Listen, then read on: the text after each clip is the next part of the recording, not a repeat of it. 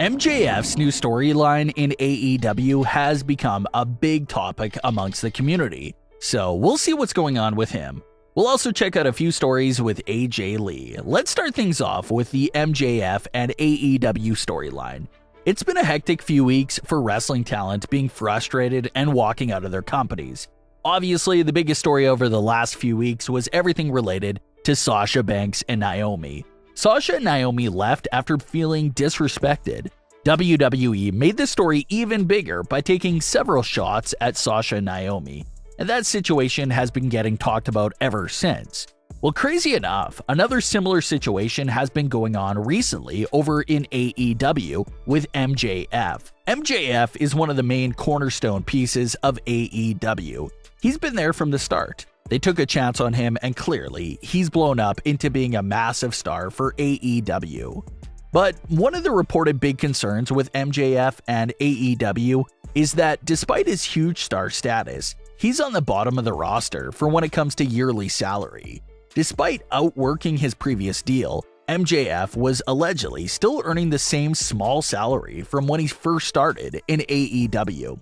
That was probably a respectable deal for MJF 3 years ago, but he has definitely delivered and outperformed that old deal. Yet, he hasn't been compensated for it, and that was a big problem.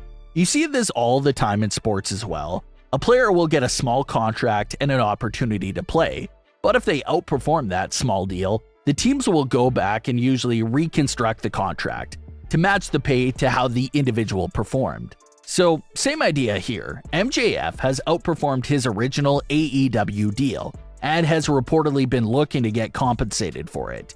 It's also frustrating for him to see all these ex-WWE stars coming in later on and getting bigger deals than what he's had, and he's been around in AEW from the start.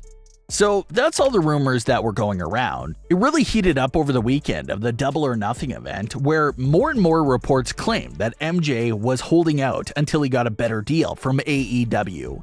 AEW then began pulling all advertisements and promo videos for MJF's scheduled match for Double or Nothing, and the rumor became that he was going to miss his match at this event because of his contract holdout. It became a huge topic. Reports were going crazy with updates all weekend long, saying that MJF even booked a flight out of Las Vegas, and it really was the talk of the town. But as the Double or Nothing event got closer and closer to going to air, AEW started advertising MJF's match again, leading everyone to believe that his match was back on for the show. And it was. MJF came out, lost, and was stretchered out of the arena. So when he was stretchered out, fans thought maybe this was a way to write him off until the contract situation was handled. But less than 3 days later, MJF was confirmed for AEW Dynamite and appeared on the show. MJF cut a great promo that's been compared to CM Punk's Pipe Bomb promo from 2011. It was actually pretty interesting how closely the storylines matched to each other. Way back in 2011, CM Punk was having serious contract disputes with WWE, and was close to just walking away from WWE himself. But somewhere along the way, WWE and Punk came to an agreement and inked out a new deal. But what WWE decided to do was take that real-life situation that was going on with CM Punk's contract negotiations and turn it onto an on-screen storyline.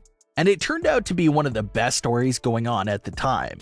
CM Punk had constant on-screen interactions with Triple H, Vince McMahon, and John Cena about his frustrations with WWE, including the Pipe Bomb promo, and kept threatening to leave WWE with the title after he defeated John Cena at Money in the Bank 2011.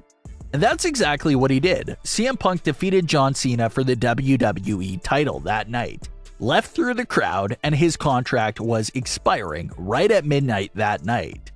WWE vacated the title and crowned John Cena as the new WWE champion, only for CM Punk to return with his WWE championship, and that led to the unification of those two WWE titles. So a lot of similarities there between CM Punk's 2011 storyline and now MJF's 2022 storyline. Of course, you don't want to copy every little thing WWE did back then with that storyline. That wouldn't be a good idea to copy and paste everything like that, but you could definitely see the inspiration from that promo alone. CM Punk called out Vince McMahon for all the flaws with WWE, while MJF has now called out Tony Khan for all the flaws with AEW. MJF mentioned Tony's love for ex-WWE guys and how they all get treated better than he does, despite them not being better than him. He continued to call Tony Khan a mark and kept the cursing going until the mic was finally cut off and the screen faded to a commercial.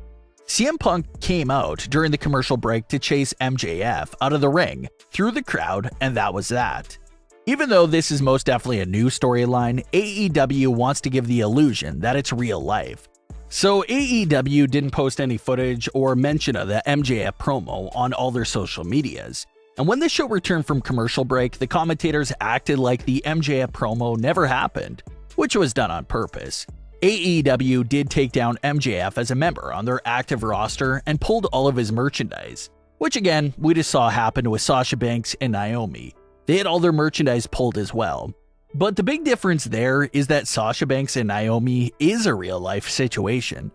MJF's situation has been turned into a storyline, which is a smart move from AEW's behalf because when the Sasha Naomi walkout happened, it was getting global coverage from all these massive outlets that never talk about WWE. It had everyone talking. So maybe they took note of how everyone responded to Sasha and Naomi, and they're now trying to recreate some of that controversy around MJF.